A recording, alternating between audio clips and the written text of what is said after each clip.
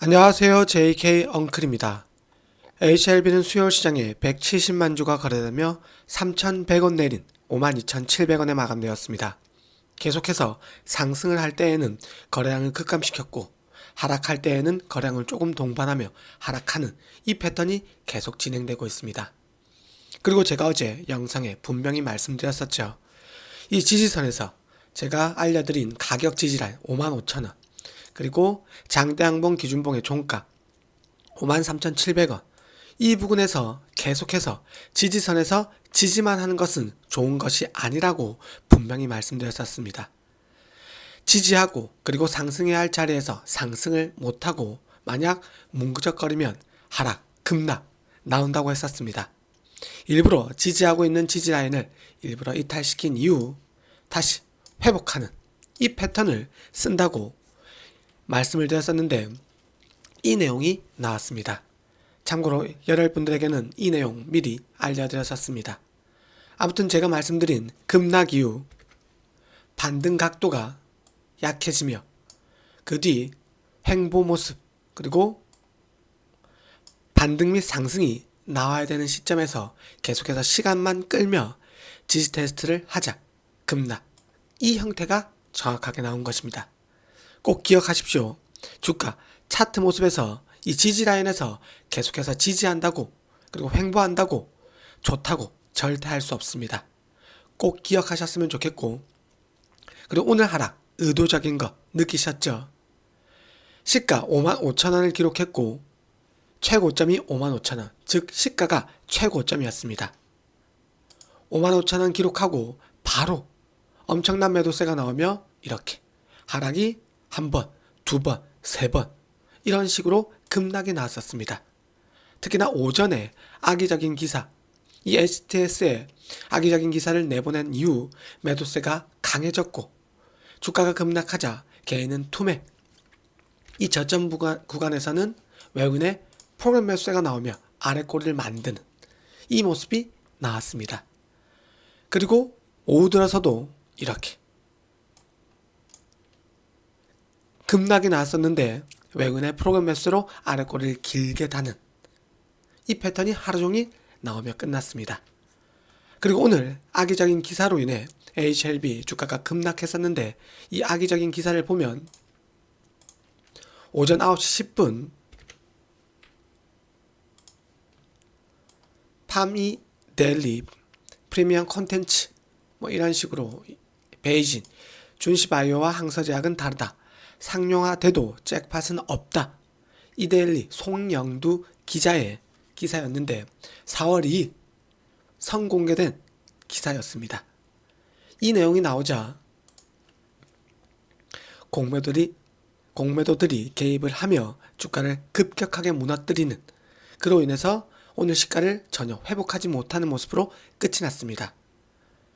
이 악의적인 기사 뉴스가 나왔었고 트럼프 수입 의약품 관세도 곧 발표한다는 이런 뉴스 기사가 나오며 HLB 최종적으로 하락 마감하는 이런 모습이 나왔습니다. 다분히 공매도 세력이 대내외, 악재, 그리고 뉴스 기사를 이용해서 차트 모습상에서 지지만 하며 상승을 못하자 거래량을 조금 동반시키며 급락시키는 이 모습이 나왔습니다. 악의적인 기사가 나오고 몇 시간 뒤에 HLB 공식 블로그 공식 입장이 나왔었는데 오늘자 팜이데일리 기사에 대한 회사의 정확한 입장을 알려드린다. 팜이데일리는 크게 네 가지 지적. 자, 여기 보시면 CMC 문제는 사소한 게 아니며 약 자체를 새롭게 만들어야 할 수도 있고 최악의 경우에는 추가 임상을 해야 할 수도 있다.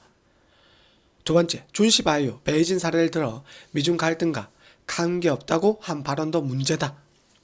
세 번째, 간암 1차 치료제 시장에서 BMS보다 절대 유리하지 않다. 네 번째, 리보세라닙이 중국 내에서만 연매출 7,400억 원을 기록했으나 간암 환자 61만 명 중 중국에서 36만 명이 발병하는 등 가장 큰 중국 시장에서 7,400억 매출이 높다고 할 수 있느냐라는 의문이 있다. 이에 대해 여러 가지 견해가 있을 수 있으며 이 해당 언론사의 기자는 취재 시 저희 회사의 위 기사에 대해 관련한 질문을 전혀 하지 않았고, 따라서 기사는 이 회사 측의 견해를 전혀 반영하지 않았기에 부득이 블로그를 통해 의견을 개진한다. 이런 내용이었습니다. 기자의 자신만의 주장을 내세우는 정말 악의적인 기사였으며, 이 악의적인 뉴스 기사로 인해서 HLB 시가부터 계속해서 장 초반 급락하는 이런 사례가 발생하며 HLB 주가 급락하는 모습을 보였습니다. 회사에서는 제가 분명 PAL 문서를 우리에게 정보 공유를 하지 않자 이 불확실성이 지속됨에 따라 이런 악의적인 기사가 나왔고, 공포감에 개인의 투매가 나왔고 급락하는,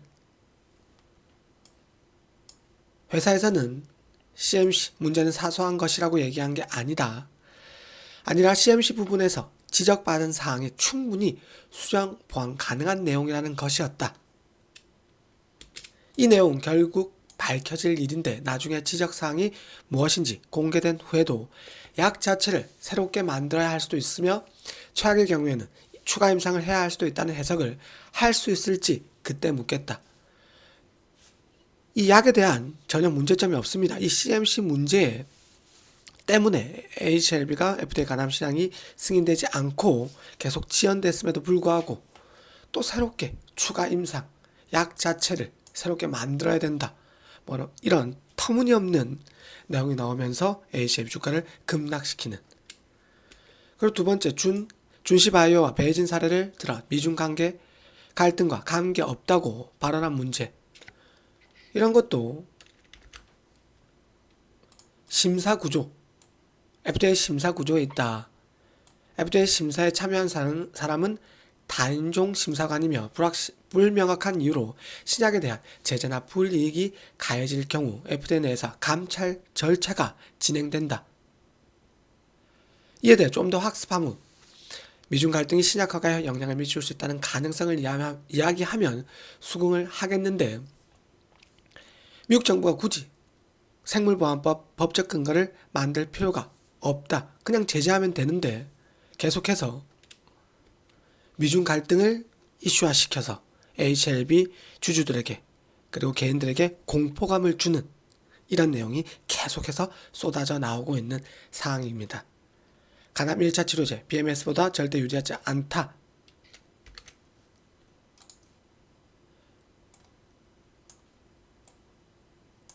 대표적인 예가 비교해서 에스모 가이드라인 1차 치료제 등재 신청하지도 않았고 신약 허가가 나지도 않을 KO에 등재하여 처방을 권고했다.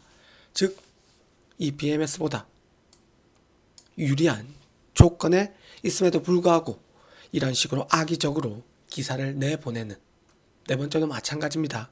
단순 그들이 주장하는 그 내용대로 HM 주가를 급락시키기 위한 정말 악의적인 내용이었습니다. 현재 HLB 이런 악의적인 뉴스, 그리고 트럼프 의약품 관세도 꼭 발표한다는 이런 뉴스들이 쏟아져 나오며 최종적으로 HLB 하락을 막을 수 없었던, 이제 다시 한번 HLB 일봉상 모습은 두 번째 CRL 통보를 받고 급반등의 모습을 보였지만 주가가 상승하지 못하고 지지만 하다가 다시 한번 급락, 그리고 가격 지지라인, 캔들 지지라인을 이탈시키며 첫 번째 바닥, 두 번째 바닥을 만들기 위한, 이로 인해 5만원, 의미 있는 가격 5만원 지지 테스트를 하게 된 이런 자리라고 말씀드리겠습니다. 계속해서 내일부터 HLB 추후 주가 흐름에 대해서는 밤 10시 영상을 참고하셨으면 좋겠습니다. 꼭 기억하십시오. 주식 종목들은 지지만 한다고 해서 좋은 게 절대 아닙니다. 그리고 주가 차트 세력들이 그들이 개입해서 움직인다는 것도 잊지 마십시오. 구독하셔서 꼭 밤 10시 영상 시청하셨으면 좋겠습니다. 오늘 기사는 정말 악의적으로 HLB 주가를 하락시키기 위한 그런 형태라고 생각하시면 되겠습니다.